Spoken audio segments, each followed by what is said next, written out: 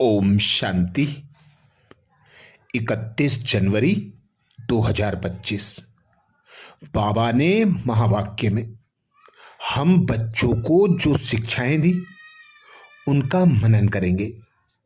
उनमें से विशेष स्वमानों की माला निकालेंगे। आज प्यारे बाबा बोले, मीठे बच्चे पुण्य आत्मा बनना है तो अपना पोता मेल देखो कि कोई पाप तो नहीं होता है। सच का खाता जमा है। बाबा पूछते, सच का खाता जमा है? अपना पोता मेल देखो, कोई पाप तो नहीं होता है। बाबा बच्चों से पूछते हैं, चेक करो कि आपने कितने पुण्य किए हैं और कितने पाप किए हैं। देखो, अभी तुम बच्चों को पुण्य आत्मा बनना है, कोई भी पाप नहीं करना है। पाप भी अनेक प्रकार के होते हैं। कोई पर बुरी दृष्टि जाती है तो यह भी जैसे पाप हुआ। बुरी दृष्टि होती है विकार की, वह है सबसे खराब। कभी भी विकार की दृष्टि नहीं जानी चाहिए। इसीलिए बाबा कहते हैं, स्वमान की सीट पर सेट रहो। सदा खुद को आत्मा अनुभव कर। इस भ्रकुटी सिंहासन पर विराजमान चैतन्य चमकदार सितारा देखो। सदा यह स्मृति रखो, मैं आत्मा हूं, मैं पिता परमात्मा की संतान हूं और मुझसे जो भी संबंध संपर्क में आने वाले हैं वे भी आत्मा भाई हैं। अक्सर करके स्त्री और पुरुष तो विकार की ही दृष्टि से एक दो को देखते हैं। कुमारी कुमार की भी कहां ना कहां विकार की दृष्टि रहती है। अब बाप कहते हैं, यह विकार की दृष्टि नहीं होना चाहिए, नहीं तो तुमको बंदर कहना पड़े। बंदर का मिसाल इसलिए दिया जाता है क्योंकि नारद भी है ना। नारद बोला, हम लक्ष्मी को वर सकते हैं।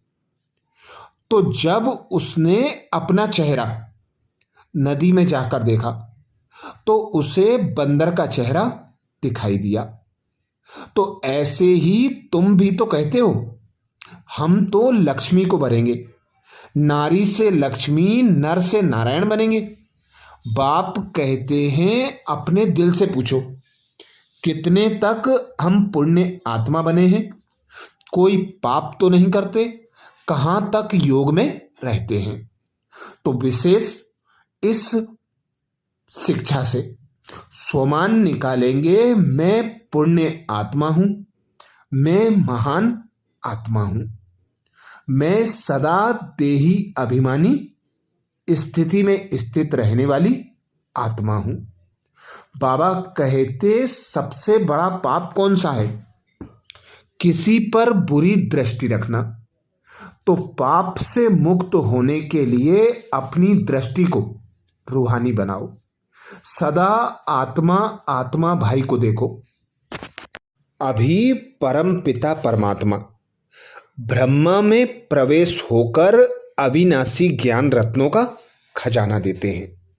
मनुष्यों के पास होता है विनाशी धन, वही दान करते हैं। वह तो जैसे पत्थर है। यह ज्ञान के रत्न ज्ञान सागर बाप से ही प्राप्त होते हैं और ये जो रत्न होते हैं अविनाशी रत्न हैं। यह एक एक रत्न लाखों रुपयों का है। रत्नागर बाप से ज्ञान रत्न धारण कर और फिर इन रत्नों का दान करना है। जितना जितना दान देंगे उतना उतना ये खजाने बढ़ते जाएंगे, क्योंकि बाबा कहते अविनाशी खजाने हैं ना। तो विशेष बच्चों को स्वमान की सीट पर सेट होना है। मैं रत्नागर बाप की मास्टर रत्नागर संतान हूं। मैं दाता हूं, दानी हूं, महादानी हूं।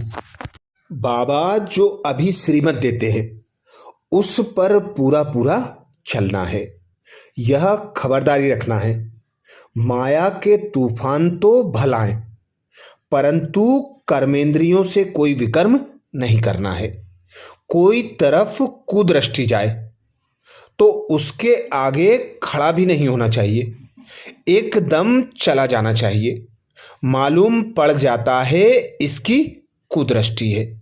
अगर ऊंच पद पाना है तो बहुत खबरदार रहना है। कुदृष्टि होगी तो लूले लंगड़े बनेंगे। बाप जो श्रीमत देते हैं उस पर एक्यूरेट चलना है। बाप को बच्चे ही पहचान सकते हैं। समझो बाबा कहाँ जाता है, बच्चे ही समझेंगे कि बाप दादा आया है। और मनुष्य देखते तो बहुत हैं, परंतु उनको थोड़े ही मालूम पड़ेगा कि यह किसे बाप दादा कहते हैं। आप बच्चे ही यथार्थ रीति जानते हो, क्योंकि बच्चों को स्वयं बाप बताते हैं कि मैं तुम्हारा अविनाशी पिता ब्रह्मा तन का आधार लेकर तुम्हें ज्ञान देता हूं। अब मुझे याद करो तो तुम्हारे विकर्म विनाश हो जाएंगे, पावन वन और पावन दुनिया में चले जाएंगे। तो विशेष बाबा कहते, बच्चे कहते हैं हम पुरुषार्थ कर रहे हैं पावन बनने का। जब विनाश का समय होगा तो फिर हमारी पढ़ाई पूरी हो जाएगी। कितना सहज है समझना। कोई भी कहाँ आते जाते हैं तो भी बेज होना चाहिए। इस बेज के साथ फिर एक छोटा पर्चा भी चाहिए, क्योंकि अभी सर्विस का ख्याल रखना है। तो बाबा कहते सारा दिन बच्चों को ख्याल चलना चाहिए सर्विस का, कि मैं सेवाधारी आत्मा हूं। यही स्वमान की सीट पर सेट होकर सेवा में तन मन धन समय संकल्प श्वास सफल करना है। बेच के साथ पर्चे भी होने चाहिए। पर्चे द्वारा समझाना सहज है। पुरानी दुनिया का विनाश तो होना ही है, नई दुनिया की स्थापना हो रही है। एक आदि सनातन देवी देवता धर्म की स्थापना हो रही है। बाकी यह सब विनाश हो जाएंगे कल्प पहले मुआफिक। कहाँ भी जाओ तो बाबा कहते पॉकेट में भी पर्चे और पेजे सदैव पड़े रहें। सेकेंड में जीवन मुक्ति गाई हुई है। बोलो यह है बाप और यह है दादा। उस बाप को याद करने से यह सतयुगी देवता पद पाएंगे। पुरानी दुनिया का विनाश, नई दुनिया की स्थापना। विष्णुपुरी नई दुनिया में फिर इन्हों का राज्य होगा। कितना सहज है समझाना।